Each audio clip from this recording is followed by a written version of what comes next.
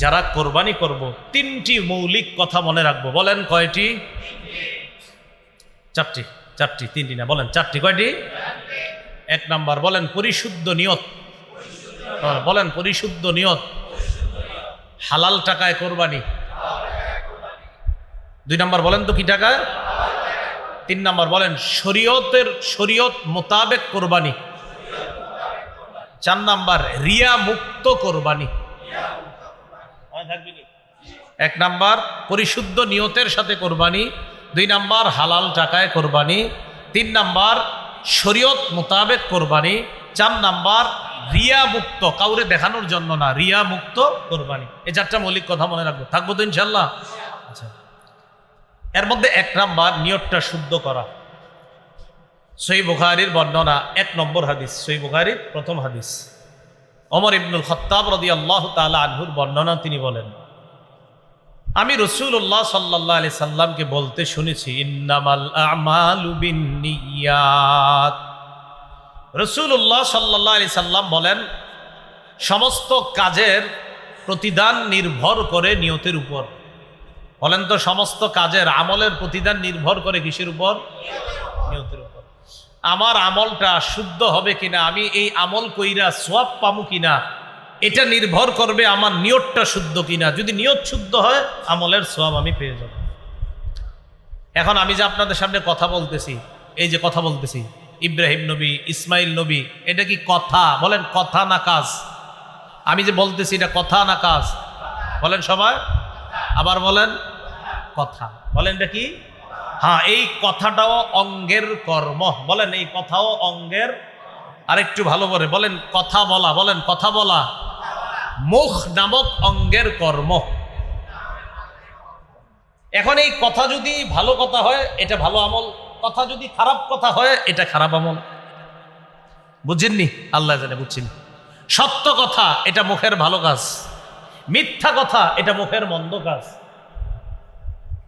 এই জন্য ইন্নামাল আমালু বিন্নিয়াত, মানে ইন্নামা আমালুল জাওয়ারিহি তুসাবু বিন্নিয়াত। অঙ্গ প্রত্যঙ্গের আমলের প্রতিদান দেওয়া হবে, নিয়তের উপর নির্ভর করবে। অঙ্গ প্রত্যঙ্গের আমলের প্রতিদান দেওয়া হবে। হাত একটা অঙ্গ, পা একটা অঙ্গ, কান একটা অঙ্গ, নাক একটা অঙ্গ, মুখ অঙ্গ। এই মুখ দিয়া যা করব এটাও আমল। মুখ দিয়ে যা করব এটা আমল। হ্যাঁ, আমি মুখ দিয়ে বলছি, এটা কথা, এটা মুখের। এই যে মুখ দিয়ে বলছি, এটা আমার কথা, তবে এই কথাটা মুখের একটা কাজ। কি মুখ কি করছে এখন? মুখ এখন কথা বলছে। এই মুখের কথা যদি ভালো হয়, এটা ভালো আমল। মুখের কথা যদি খারাপ হয়, এটা খারাপ আমল। এই জন্য ইন্নামাল আমাল, মানে ইন্নামা আমালুল জাওয়ারিহ তুসাবু বিন্নিয়াত। অঙ্গ প্রত্যঙ্গের প্রতিদান নির্ভর করে পরিশুদ্ধ নিয়তের উপর। অঙ্গ প্রত্যঙ্গের আমলের প্রতিদান নির্ভর করে পরিশুদ্ধ নিয়তের উপর। এই ইন্নামাল আমালু বিন্নিয়াত হাদিসটাকে ইমাম শাফি, ইমাম আহমদ ইবনে হাম্বল রাহিমাহুমাল্লাহ, তারা বলেন, এই হাদিসটা সুলুসুল ইসলাম, ইসলামের 3 ভাগের 1 ভাগ। পুরা ইসলামকে যদি 3 ভাগ করা হয়, শুধু এই হাদিসটা হবে ইসলামের 3 ভাগের 1 ভাগের ব্যাখ্যা। ইন্নামাল আমালু বিন্নিয়াত। তা আপনাদের মনে আসেনি? কয়টা কথা মনে রাখতে হবে? 1 নাম্বার শুদ্ধ নিয়ত, 2 নাম্বার হালাল। সহিহ বুখারীর বর্ণনা 52 নাম্বার হাদিস, নুমান ইবনে বাশীর রাদিয়াল্লাহু তাআলা আনহুর বর্ণনা, তিনি বলেন, قال رسول الله صلى الله عليه وسلم الحلال بين والحرام بين। রাসূলুল্লাহ সাল্লাল্লাহু আলাইহি সাল্লাম বলেন, হালাল স্পষ্ট, হারাম স্পষ্ট। ওয়া বাইনাহুমা মুশাব্বাহাত ওয়া ফি নুসখা ওয়া বাইনাহুমা মুশতাবিহাত। হালাল স্পষ্ট, হারাম স্পষ্ট, এই দুইটার মাঝে কিছু বিষয় আছে অস্পষ্ট। ফামান ইত্তাকাল মুশাব্বাহাত ওয়া ফি নুসখা ফামান ইত্তাকাল মুশতাবিহাত। কোন ব্যক্তি যদি সন্দেহযুক্ত জিনিস থেকে বাঁচে, ফাকাদ ইস্তাবরা লিদীনিহি ওয়া ইরজিহি, ওই ব্যক্তি তার ধর্ম এবং তার মর্যাদা হেফাজত করে নেয়। যেই ব্যক্তি সন্দেহযুক্ত জিনিস থেকে বাঁচে সে তার ধর্মকে রক্ষা করলো, তার মর্যাদাকে রক্ষা করলো। এখন আপনাদের কমন প্রশ্ন, হুজুর আমরা তিনজন শরিক, এর মধ্যে ওই উত্তর পাড়ার আব্দুর রহিমের টাকাটা একটু সন্দেহ লাগে আমার কাছে। তো সন্দেহ লাগলে এরা নিচ্ছেন কেন? শরিকানার একজনকে সন্দেহ লাগলে এরে নিতেছেন কেন?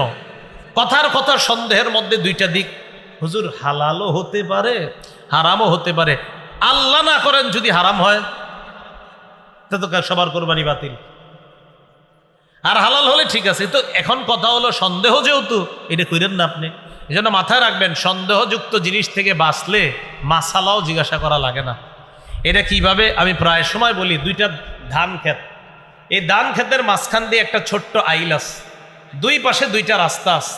এই দুই রাস্তা দিয়ে আপনি সহজে রাস্তা পার হতে পারবেন, আবার ধান ক্ষেত দুইটার মাঝখানে ছোট্ট আইল দিয়েও পার হতে পারবেন। আপনার উচিত হলো দুই পাশের দুইটা বড় রাস্তা আছে এগুলো দিয়ে চলে যাওয়া। আপনি এটা না কইরা ধান ক্ষেত দুইটার মাঝখান দিয়ে ছোট্ট একটা আইল, যে আইল দিয়ে চলার সময় দুই পাশের ধান ক্ষেতের ধান আপনার জামার মধ্যে লাগে কিনা? আপনি ওই পাশে রাস্তায় উঠছেন গিয়ে, এখন আপনার জামায় 12, 13, 20টা ধান দুই ক্ষেত থেকে লেগে গেছে। এখন মাদ্রাসায় ফোন দিয়েছেন কুমিল্লা, ফোন দিয়ে মুফতি সাহেবকে জিজ্ঞাসা করলেন, হুজুর এরকম আমি আরেক দুইজনের ধান ক্ষেতের মাঝখান দিয়ে আসছি, আসার সময় আমার জামার মধ্যে কিছু ধান লেগে গেছে, এখন কি করা? তো যদিও মুফতি সাহেব ফতুয়া দিয়ে দিবে যে এটা তো তোমার অনিচ্ছায়, রাস্তা দিয়ে আসার সময় 2-4টা ধান লাগতেই পারে। এখন আমার কথা হইল, আপনি এই মাসালাটা দরকার হইল কেন এটা কোন?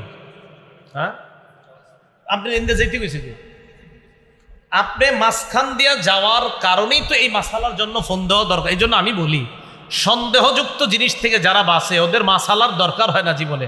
হারাম তো আপনারা সবাই চিনেন হারাম কোনটা, হালাল কোনটা মাশাল্লাহ কম বেশি সবাই জানে, কিন্তু সন্দেহযুক্ত জিনিসগুলা মানুষ যখন করে তখন এই ফোন দেয় কুমিল্লা মাদ্রাসা, বিভিন্ন মাদ্রাসা, হুজুর একটু ঝামেলা কি, এই বিষয়টা একটু খটকা, কি করতে পারি?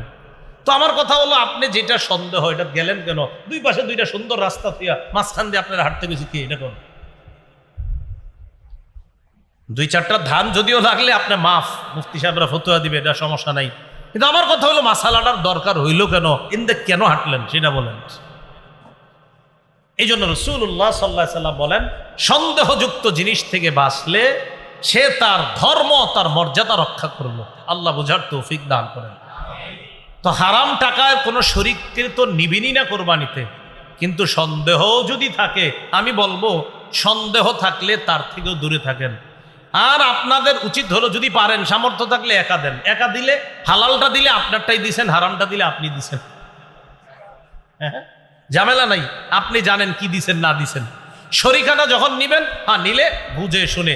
এই জন্য আপন 3 ভাই, আপন 4 ভাই, আপন 2 ভাই দিলে এটা খুব ভালো। কারণ আপন 3 ভাই যখন একসাথে দেয় কোরবানি, 3 ভাই জানে আমরা 3 ভাই কি কামাই করি না করি, তখন তাদের মাঝে এই সন্দেহগুলা কাজ করে কম, হারামের বিষয়টা এই ঝামেলাটা কম আসে। কিন্তু যখনই আপনি অন্য কাউকে নিতে যাবেন, তখন এলাকার 5-6 জন বলবে, কিরে কারে নিলি কোরবানিতে, কেন জানোস না ওর সমস্যা আছে? এই তো আপনার ভিতরে শুরু হয়ে গেলো ঝামেলা, হয় কিনা বলেন বিষয়গুলো?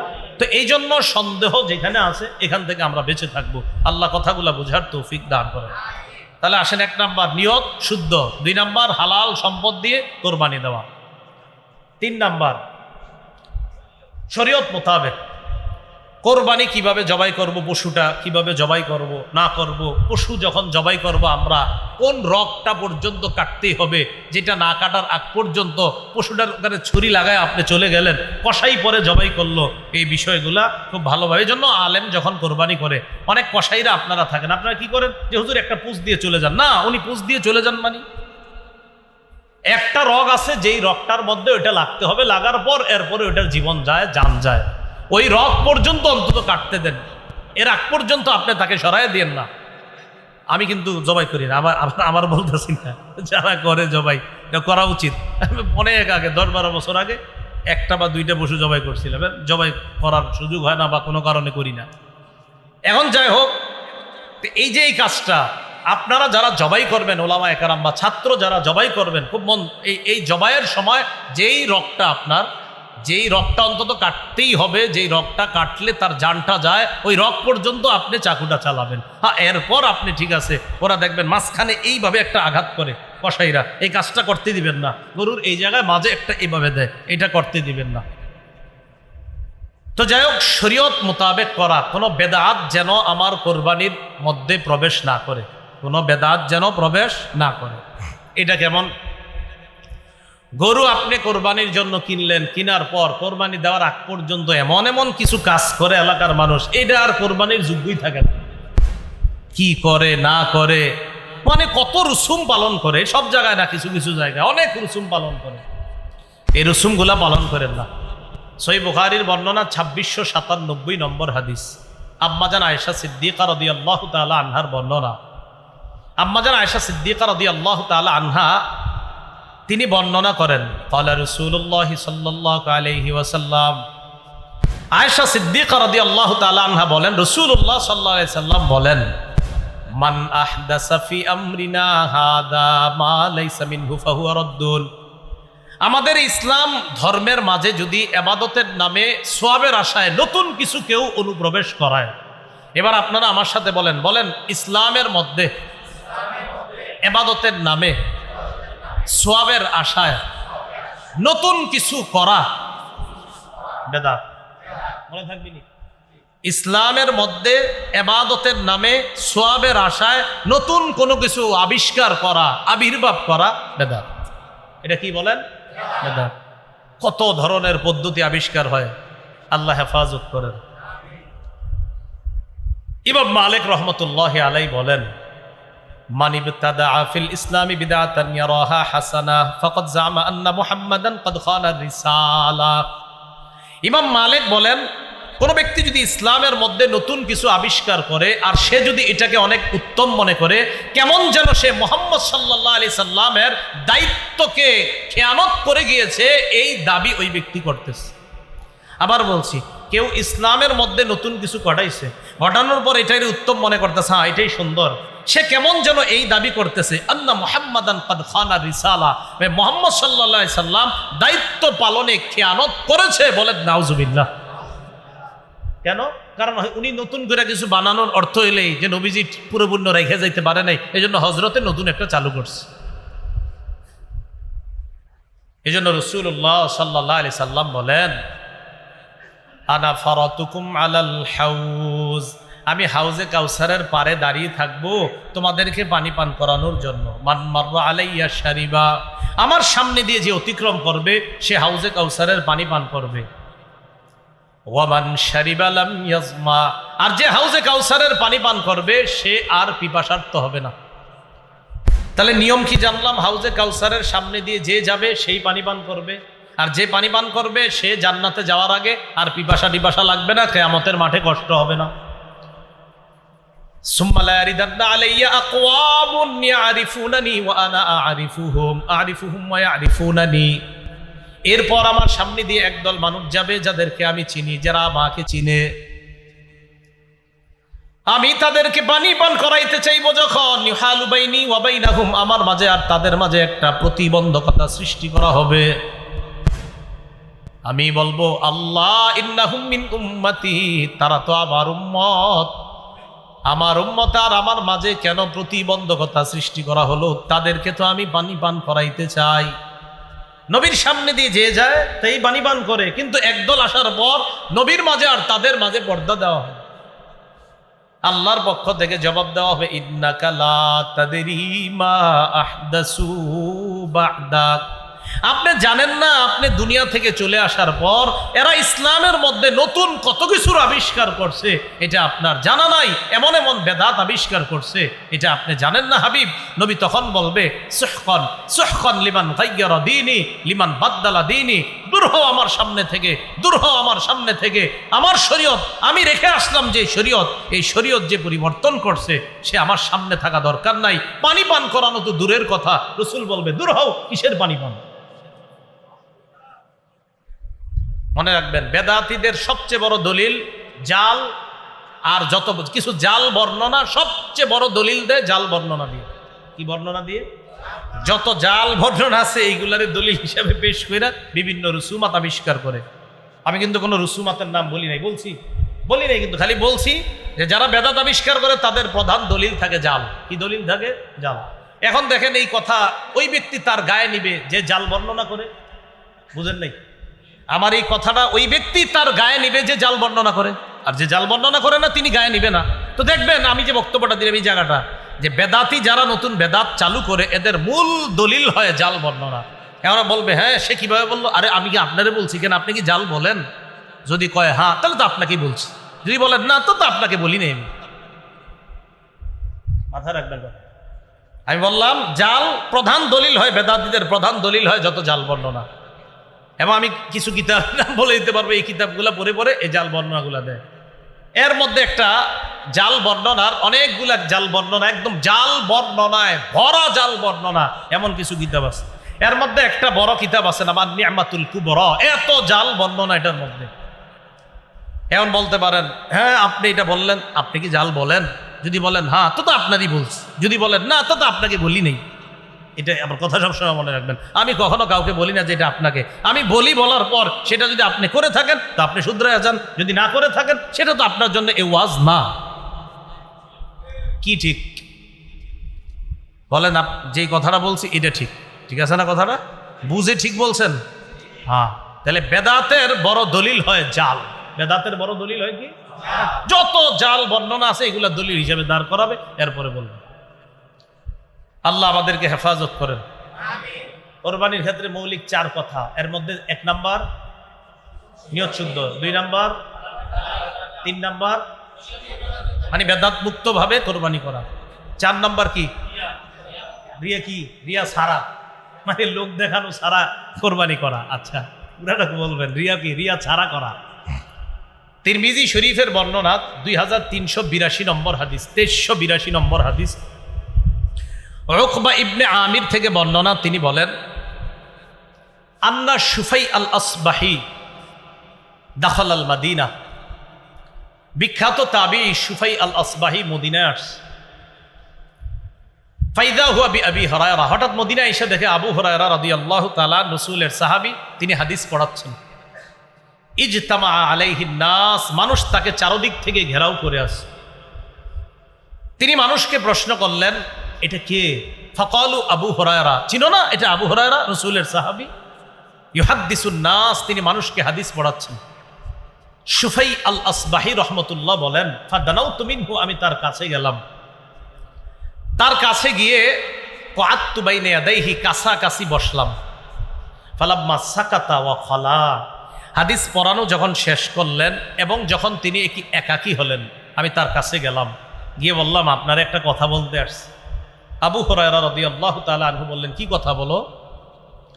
তো বললেন আনশুদুকা বিহাক্কিন ওয়া বিহাক্কিন লাম্মা হাদ্দাসতানি হাদিসান আর রাসূলিল্লাহি সাল্লাল্লাহু আলাইহি সাল্লাম, হাদিসান সামি'তাহু মির রাসূলিল্লাহি সাল্লাল্লাহু আলাইহি সাল্লাম আকালতাহু ওয়া আলিমতাহু।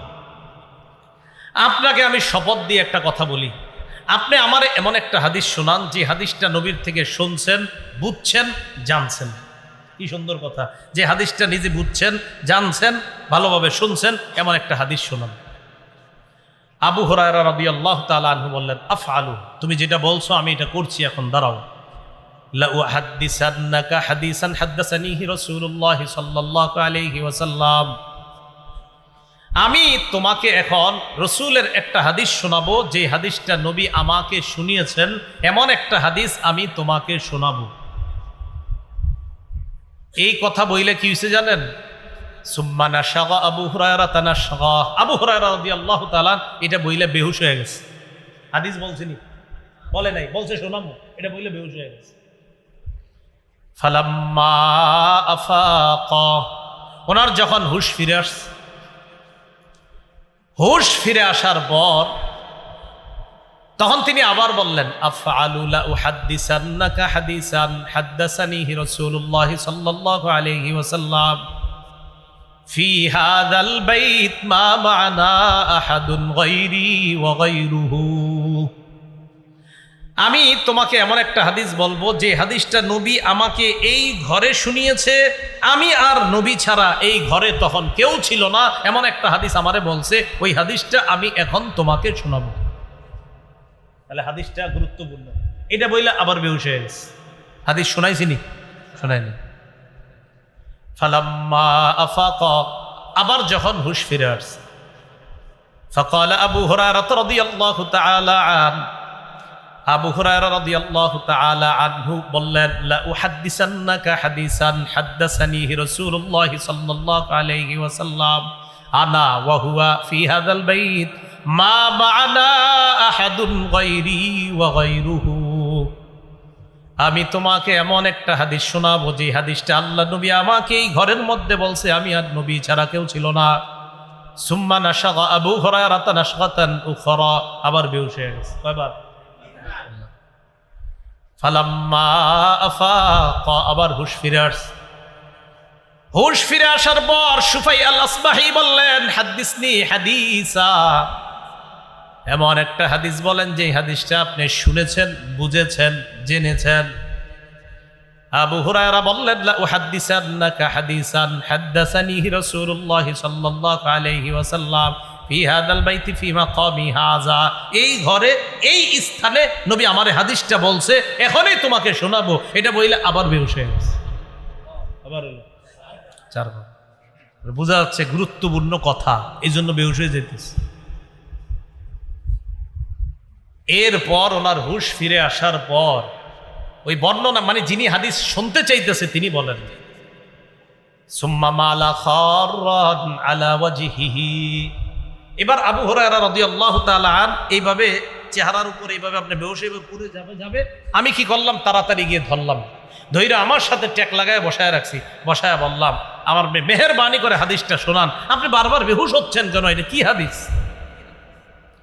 তখন আবু হুরায়রা রাদিয়াল্লাহু তাআলা আনহু বললেন যে আল্লাহ পাক রব্বুল আলামিন যখন কিয়ামতের ময়দান কায়েম করবেন, বান্দাদের বিচার ব্যবস্থা যখন আল্লাহ শুরু করবেন, আউয়ালু মান ইয়াদউ বিহি, সর্বপ্রথম আল্লাহ ডাকবেন এমন তিন ব্যক্তি, ডাকবে তো অনেক, এমন তিন ব্যক্তি, এর মধ্যে একজন রাজুলুন জামাআল কুরআন,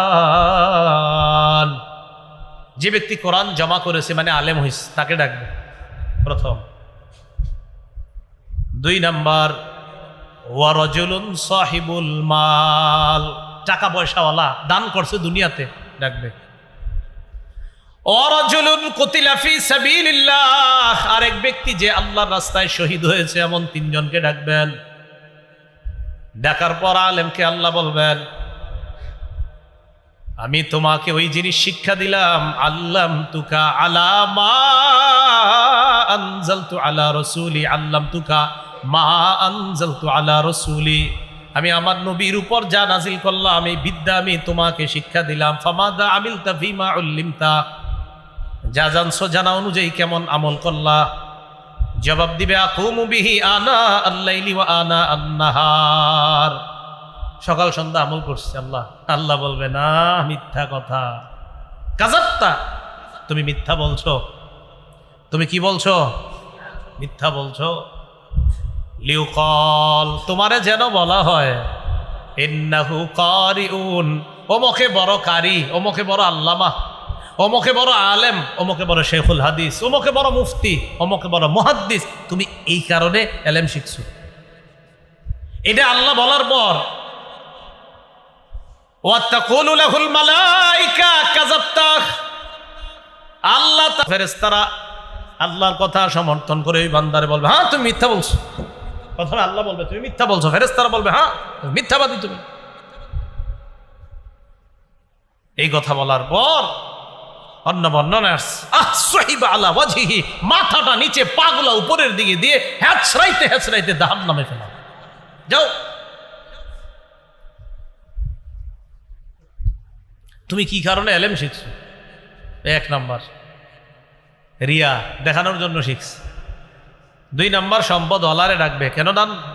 সম্পদ ওয়ালারে ডাইকে বলবে, তোমারে সম্পদ দিয়েছিলাম আমি, কি করছো? আলাম ওয়াসি আলাইকা, আমি কি তোমাকে সম্পদশালী করি নাই? সে বলবে, বালা ইয়া রব, হ্যাঁ আল্লাহ সম্পদ দিয়েছেন, তো কি করছো? জবাব দিবে, আসিল রাহিম, আমি রক্তের সম্পর্ক রক্ষা করেছি। ও আস্তা সদ্দাকু, আল্লাহ আমি সৎকা করতাম, অনাথ সৎকা করতাম। আল্লাহ বলবে মিথ্যা কথা। লিউকাল ইন্নাহু জাওয়াদ, ফুলানুন জাওয়াদ, যেন তোমারে বলা হয় অমুকে বড় দাতা, এই জন্য তুমি দান করতা। না হয় তুমি 5 জনের জাকাতের 5টা লুঙ্গি দিয়া ছবি তুলে ফেসবুকে কেন দিছিলা বলো? 5 জন মহিলারে 5টা শাড়ি দিয়ে তুমি ফেসবুকে ছবি দিছো, তো তোমার নিয়ত কি? তুমি তো এটাই নিয়ত তোমারে মানুষ বড় দাতা বলবে। হ্যাঁ, জানি না, একটা কথার কথা, হয়তো ফেসবুকে দিছে এই নিয়তে যে আল্লাহ আমি দিলাম, অন্য আরো 10টা মানুষ দেয়, তাহলে ঠিক আছে, তার নিয়ত তো আমরা জানি না। কিন্তু যদি নিয়তটা এটা হয় যে আমি দিলাম, মানুষ দেখুক আমি কত বড় দাতা, নিয়ত জানে কে? আল্লাহ। তোমাকে বলা হয়েছে দুনিয়াতে অকত কিল, তুমি বড় দাতা, দুনিয়াতে বলা হয়েছে, যাও জাহান্নামে যাও। গেল জাহান্নামে। শহীদ আসো, আল্লাহ রাস্তায়, আমার রাস্তায় জেহাদ করছো তুমি না? কেন করছো? আল্লাহ কাতালতু হাত্তা কুতিলতু, আমি লড়াই করতে করতে শহীদ হয়ে গেছি। হ্যাঁ, আল্লাহ বলবে কেন? বলবে আপনার জন্য। আল্লাহ মিথ্যা কথা, তোমারে বীর বাহাদুর বলা হয় যেন এই নিয়তে তুমি জিহাদ করছো। দুনিয়াতে মানুষ তোমারে অনেক বীর বাহাদুর বলছে, যাও জাহান্নামে যাও, জাহান্নামে। আবু হুরায়রা বলেন উলাইকা সালাসাতুল্লাতি তুসাআরু বিহিমুন নার, এই 3 ব্যক্তির দিয়ে আগুন প্রজ্বলিত করা হবে জাহান্নামের।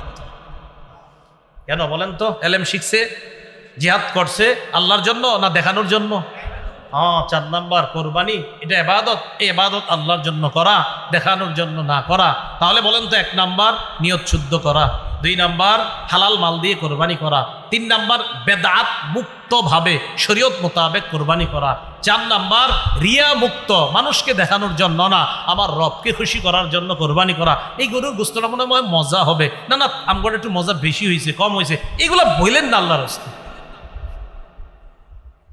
আবার হিসাব করে যে এটা বাজারে বেচলে কত টাকার গোস্ত বেচা যায় তো দেখি, তো হিসাব করে দেখে আহা কিনলাম 1 লাখ দিয়া, গোস্ত তো 80,000 টাকার বেচা হবে, হইতো তার মানে কি 20,000 টাকা লস খাইলাম। আরে আশ্চর্য তো, আপনি এগুলো কি করেন? কোরবানি তো আপনি আল্লাহর জন্য করতেছেন, এত ফিকির কেন এটার মধ্যে? বিশাল বড় কিছু করতে হবে কেন? খাসি একটা কিনেন, জবাই করেন, শেষ, খালাস, কোরবানি আল্লাহর জন্য হয়ে গেছে। বলেন, সবাই বলেন, কোরবানি কার জন্য? আল্লাহ কিছু যদি খাইতে দেয় খাবো, আল্লাহ তৌফিকে রিজিকে রাখলে খাবো, রিজিকে না রাখলে খাবো না। আমার মাকসাদ, আমি পশু জবাই করছি আল্লাহর জন্য, রিজিকে থাকলে খাবো ইনশাআল্লাহ। এটা খাওয়ার আগেও তো মরে যেতে পারি, আমি কোরবানি দেওয়ার একটু পরেও মরতে পারি গোস্ত খাওয়ার আগে। আমার মাকসাদ গোস্ত খাওয়া ছিল না, আমার রব মায়া করে গোস্ত আমারে খাওয়ায়। তাহলে কোরবানির উদ্দেশ্য আল্লাহরে খুশি করা। হারাম মাল এটা যেন শরীক না হয়, হারাম টাকার অংশীদার তাদের থেকে খুব সতর্কতা অবলম্বন করা। 8টা পর্যন্ত থাকার কথা ছিল, 12 মিনিট বেশি হয়েছে। আল্লাহ পাক রব্বুল আলামিন আমাদের সকলকে যে কথাগুলো শুনলাম বললাম, এই কথাগুলোর উপর আমরা সকলে যেন আমল করতে পারি, আল্লাহ তৌফিক দান করেন।